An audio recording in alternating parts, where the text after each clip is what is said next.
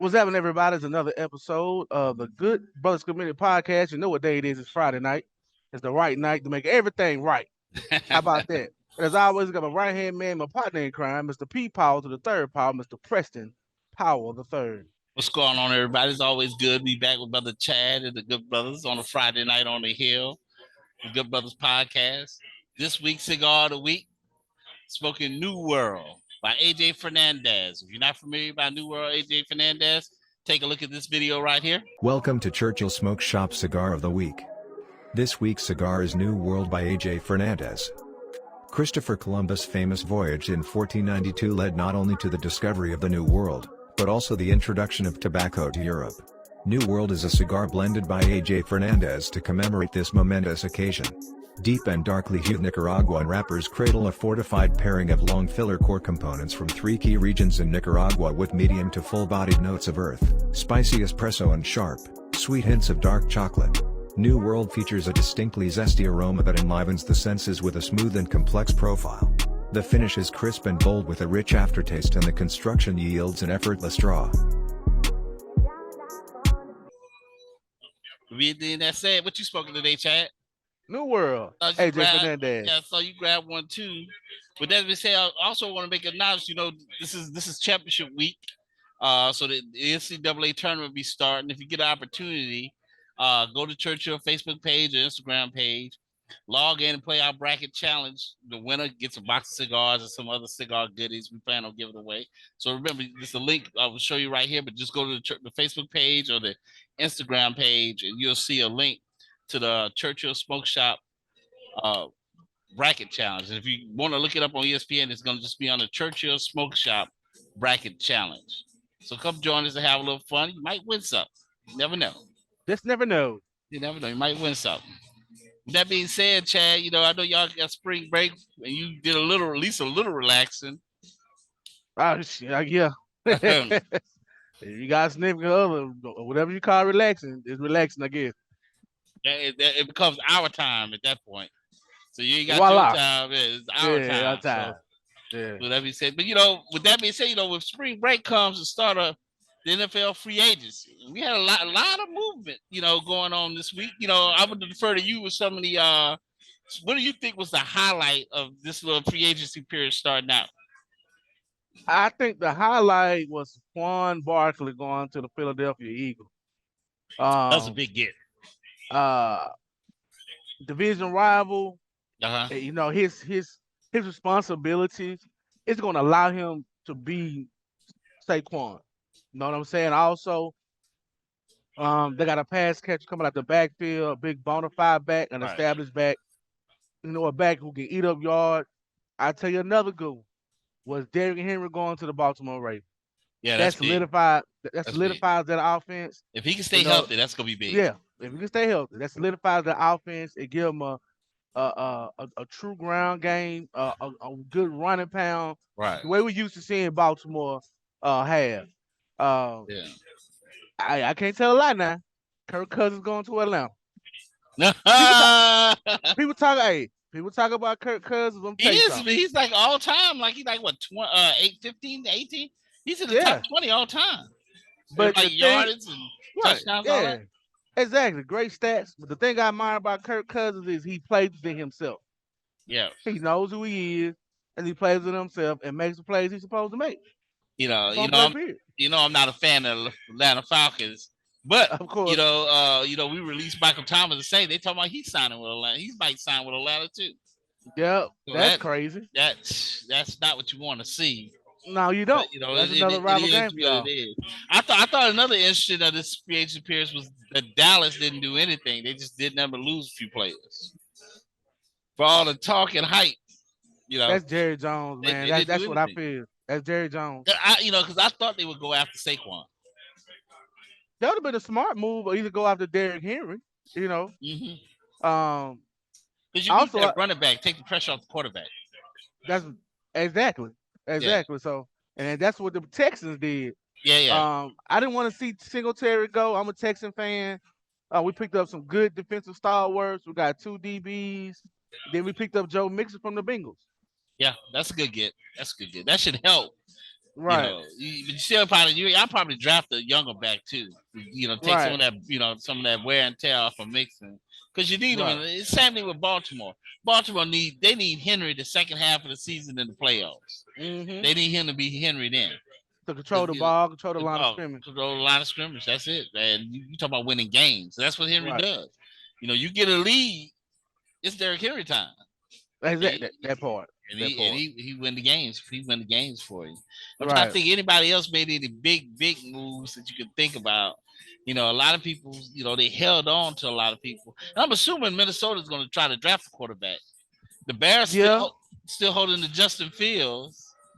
Which that could change because, no. I'll tell you somebody else did good was the Steelers. The Steelers let go of Mason Rudolph. He's going to be the backup in Philadelphia for Jalen Hurts. They had some good off-season acquisitions. Right. Along with that, Baker Mayfield resigned with the Tampa Bay Buccaneers. They also resigned Mike Williams. Mm-hmm. So he's staying put. Now I tell you who did a doggone good job too are the Detroit Lions. Yeah. And also the Las Vegas Raiders. That made some good off-season acquisitions. You know what I'm saying? Off-season acquisitions. So they're really building. They signed Jimmy Garoppolo to a 1-year deal. Yeah. Can Jimmy stay healthy? That's the question. They might be in the market for a quarterback too. Well, now Jimmy not staying healthy, Jimmy don't go crazy. And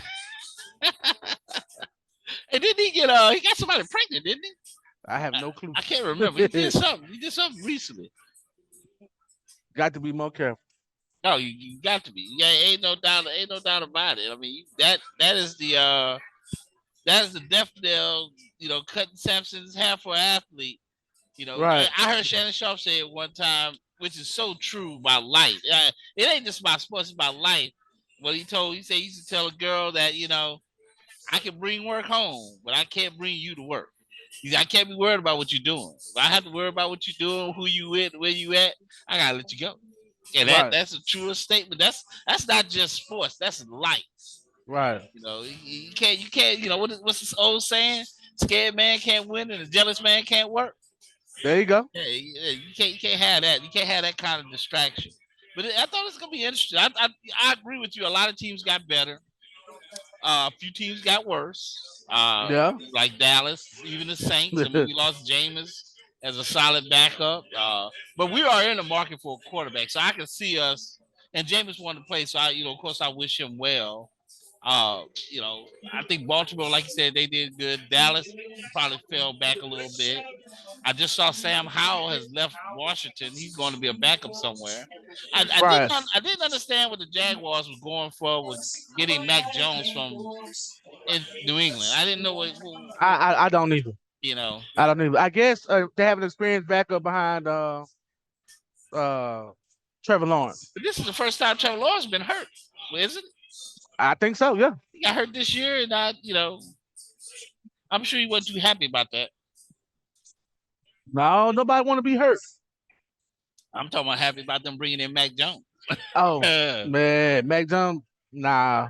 Trevor Lawrence is a much better quarterback than Mac Jones to me. He's more consistent. He knows the offense, and he has the trust of those players, has the trust of their locker room. So I'm not worried about Mac Jones causing any problems. Best thing Mac Jones will do is get in the playbook and be ready when his name's called. Yeah, well, that's true. That's true too. That's true. Kansas City stays steady because they re-signed some of their defensive players, so they maintain what they do. And look, people are complaining about what happened with Russell Wilson because he's going to Pittsburgh. At least that's the rumor. Did they actually sign him yet? I think they did. I'm not mistaken, but I know it is playing. Yeah, so he's in Pittsburgh, but I understand what Denver's doing. They want to restart, and I know they had to eat a lot of dead money, but the people in Denver didn't want Russell there no more. I mean, I don't think people understand. I think we talked about it a few podcasts back, how bad the locker room was for him. I mean, you saw it on the field. But look what he did. He asked for his own office. He tried to get folks fired on parking space and all that. Yeah, he tried to get folks fired within the organization. Yeah, I heard about that. They told him and Sierra walking around like they king and queen, and nobody went to his. Look, it's just like in that. What's the movie with Kevin Costner, Draft Day? When they talk about that quarterback, it's just like that because they talk about Russell Wilson's birthday party. Nobody went to it. That tell you all you need to know. None of this team. Oh, I made a mistake. It was Kenny Pickett that's going to the Eagles, not Mason Rudolph. But they wanted Justin Fields. They did. DJ 50-50 that popped in. What's going on? What's going on with man? What you smoking today? I'm smoking on a wasabi, man. The green leaf wasabi. Okay. That's a good stick. I like that stick. Yeah, my first time trying it out. You got a canela leaf on it. Yeah. Yeah. All right, that's all right. Good deal. Well, we'll talk a little bit about NFL free agency. We mentioned your boys a minute ago, Jacksonville Jaguars bringing in Mac Jones. I don't know why they did it. Like, I don't know why they did it. Well, like Chad said, they have a quality backup. Didn't Trevor Lawrence get hurt the last couple of games this year? His feelings got hurt. All that fumbling to turn the ball over. Yeah, he should have been hurt.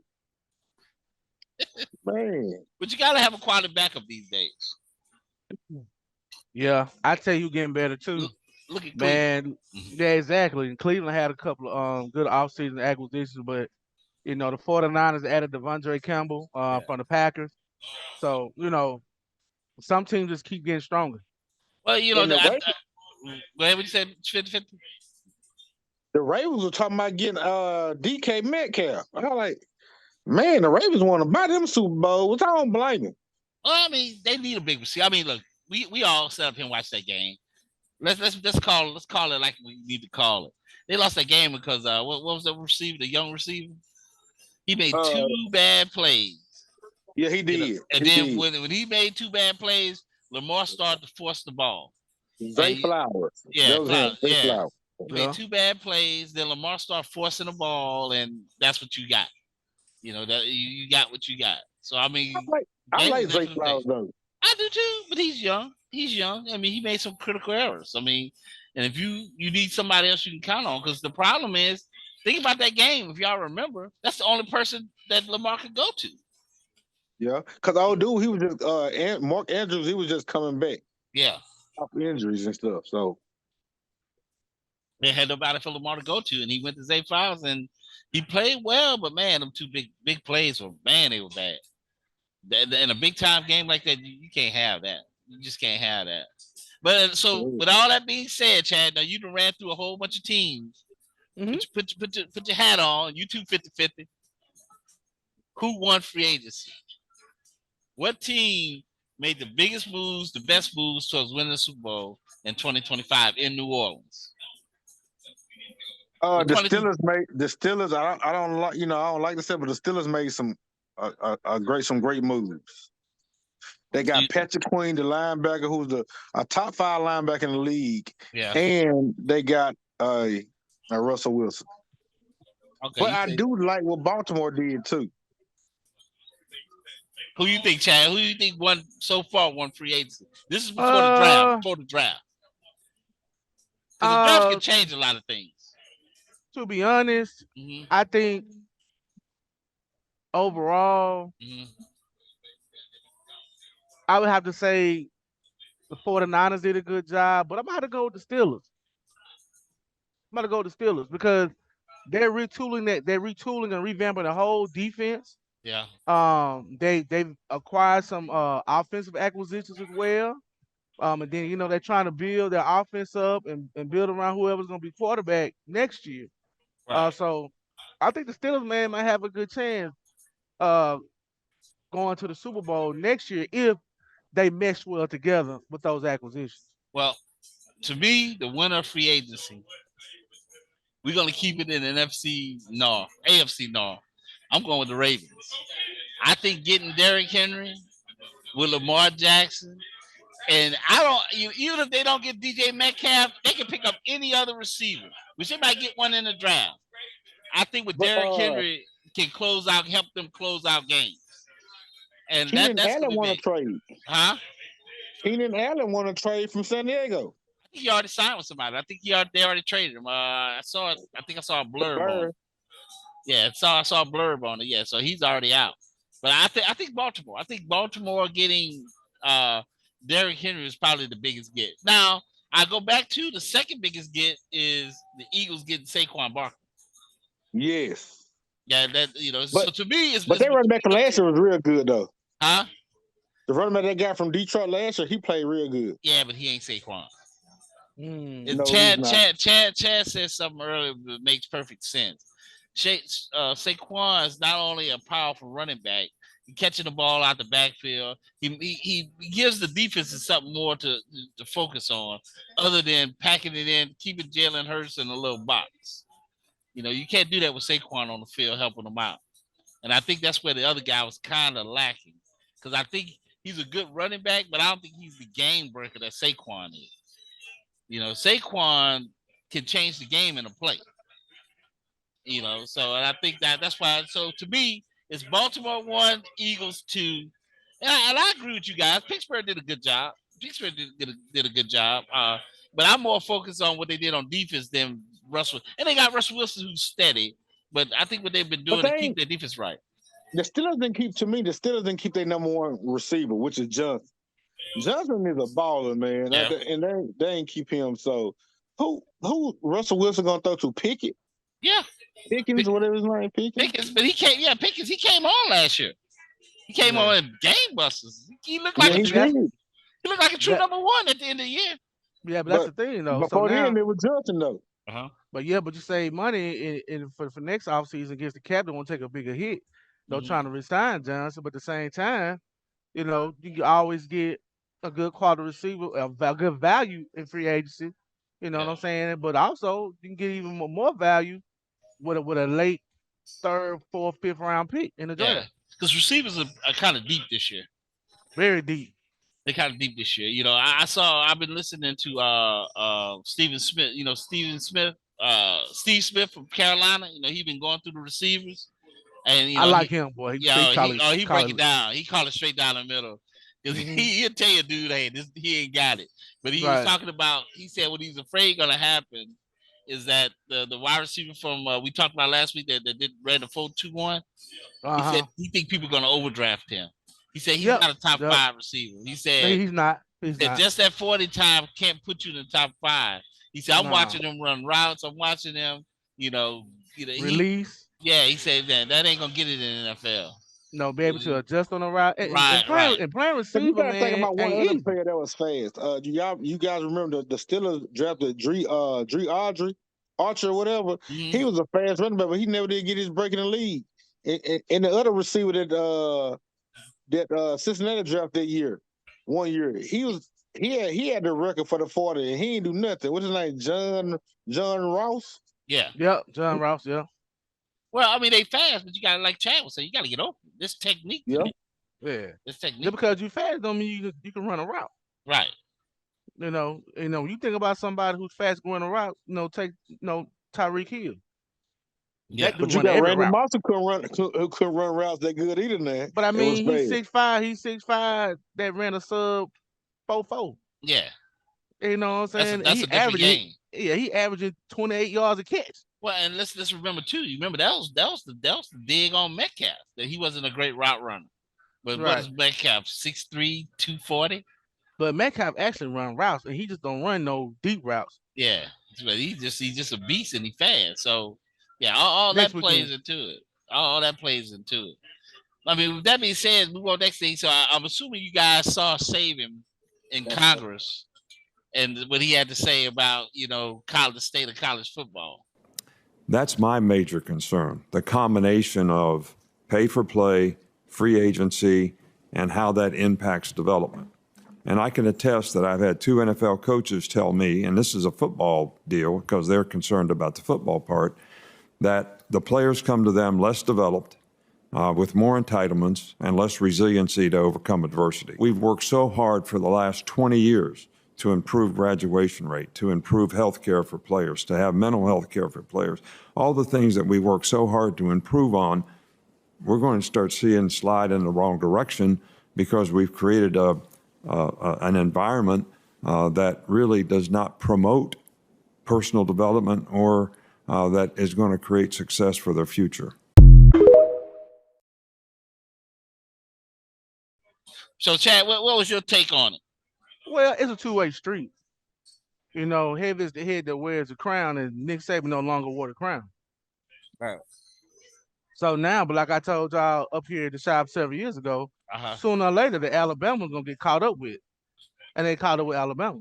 You know, one being University of Georgia, now Washington, now Michigan. These schools have caught up with them, and NIL has allowed it to happen, and also with the willy-nilly dealing with the transfer portal. Right. That ain't number like free agency. Yeah, that's what he said. And then reality is he can't no longer stockpile 5-stars in a running back room, wide receiver room. I mean, it's been a while since they didn't have a receiver. That's what he blamed on their fault. But you know what? Rick Pitino said the same thing about basketball too. He was like, man, it's just like a free agency out there, man. You really can't just do what you want to do. So he said the same thing too. I think those excuses. I think what Chad says right. I think after here, let's look at the reality. Reality is Nick Saban sees the writing on the wall. He can't beat Georgia no more. Hell, he barely beat LSU because we even beat them 2 out of the last 3 times. And look at Texas A&M. Yeah, you can't you see the writing on the wall, like Chad said. Everybody that caught up to him to the point where, because he can't stockpile 5-stars. Nick Saban wins by having 3 deep 5-stars. So you can play with Alabama probably the first half, but then when they get tired, they dropping another 5-star out there. Well, you might be dropping your sub might be a 3. In fact, Chad, that's one of the things. I don't know who we were talking to. I was talking to somebody. They're talking about the USM Jackson State game way back in the day. Yeah, when Lewis Tim was playing. Yeah, when Jackson State should have beat them. And he said, man, the big difference is, he said, we can go toe-to-toe with them, with some of these big schools in the first quarter, a little bit like that, when we like starter on starter. He said, but the problem is when we go to our second and third player, our drop-off is big. Big time. Because they're young, or they're just not experienced yet. Whereas a big school like USM, Ole Miss, their starter to that next guy they almost the same. I mean, take Jackson State against Marshall. We played against Chad Pennington and Randall Moss. I mean, that starting D line, they had 2 All-Americans on their D line, D tackle and on the same side, and we went toe to toe with them. But attrition over time, you're gonna get tired. Yeah, pretty much. I mean, and I told it that's what happened to Prime and them in Colorado when they started to get, because look, Chad, you play football, you know how it is. Once you get to about game 3, nobody's healthy. Everybody got little knickknacks. Well, imagine how bad it was for them, because they wasn't deep. So that's why they started to suffer, because they didn't have that. When they were new and fresh, they'd go out there and beat the TCU. They'll have a nice little run. But when them ankles start to hurt a little bit, you got them nicks on your wrists, so you got the turf toes, you got them small injuries where you will play, but you're not out the game. But you hurt. You're not injured. You hurt. Yeah, you hurt. And you playing hurt. And playing hurt against talented people just don't work. It just don't work. But but back to Nick Saban. I just think he just burning the house after he ran out of it. He just throwing a Molotov cocktail at the house that he just ran out of. I think he saw the writing on the wall. He can't hold talent like he used to. That's what I believe. But I said something before, Preston. But I want y'all to go look up the football coach at University of Tulsa.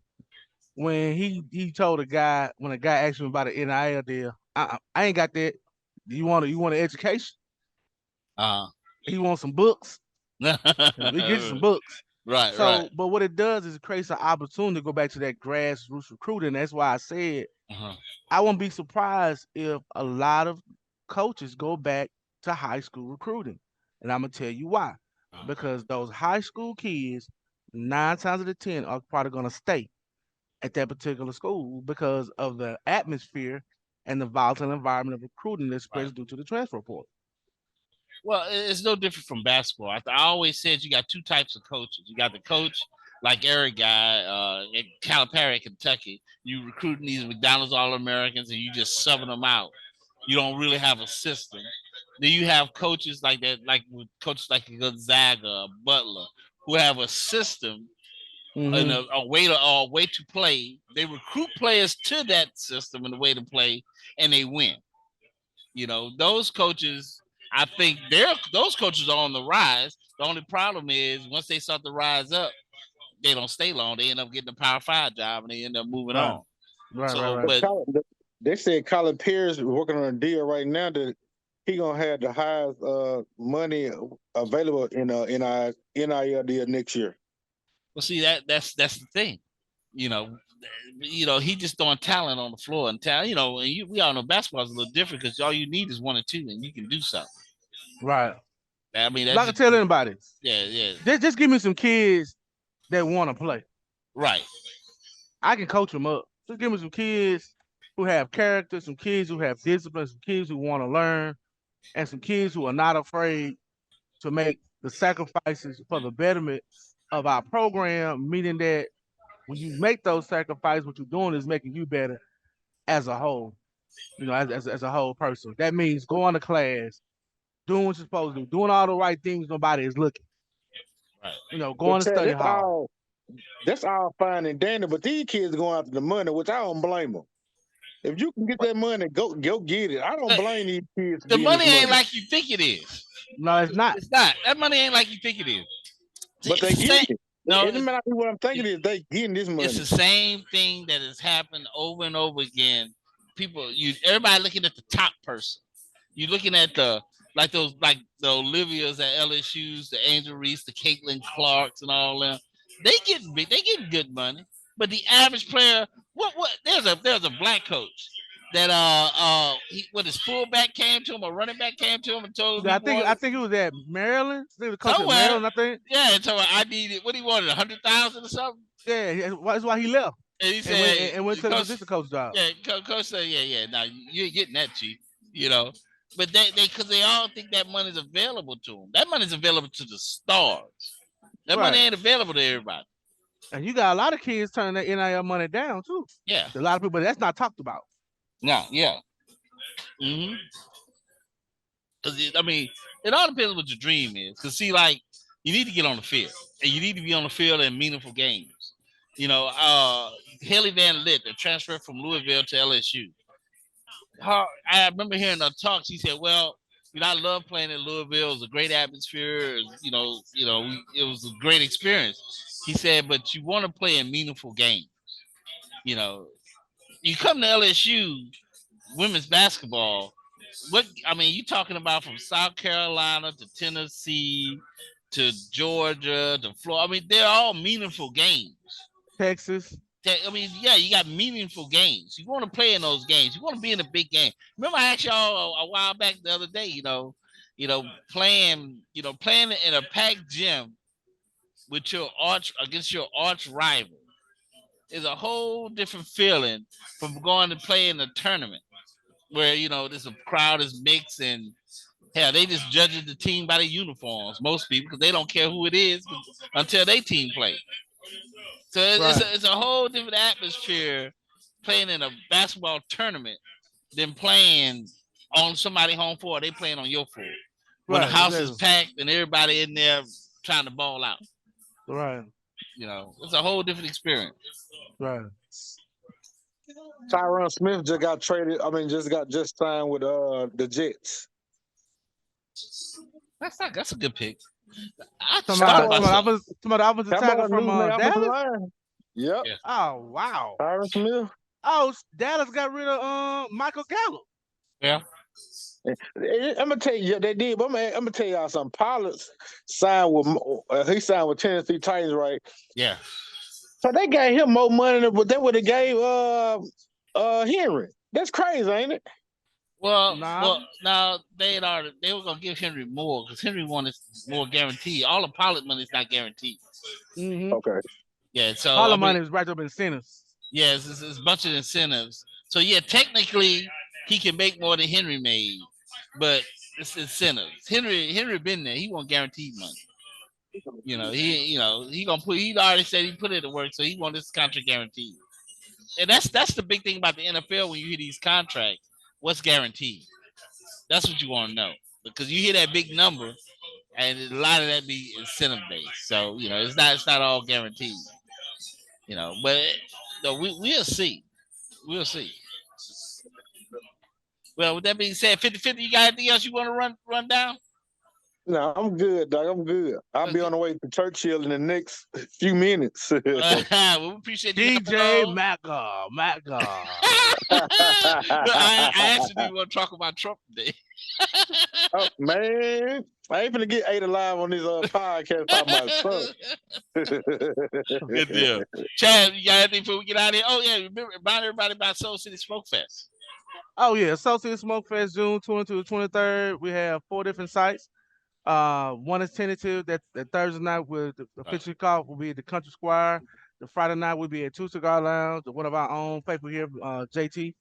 Yeah, for Saturday, tentative supposed to be a Soul Shine Pizza. Have a little outside venue, whatever, be able to smoke, and then ending with the culmination with everybody's favorite event is a Good Buzz Committee tailgate right here at Churchill Smoke Shop from 10 a.m. until.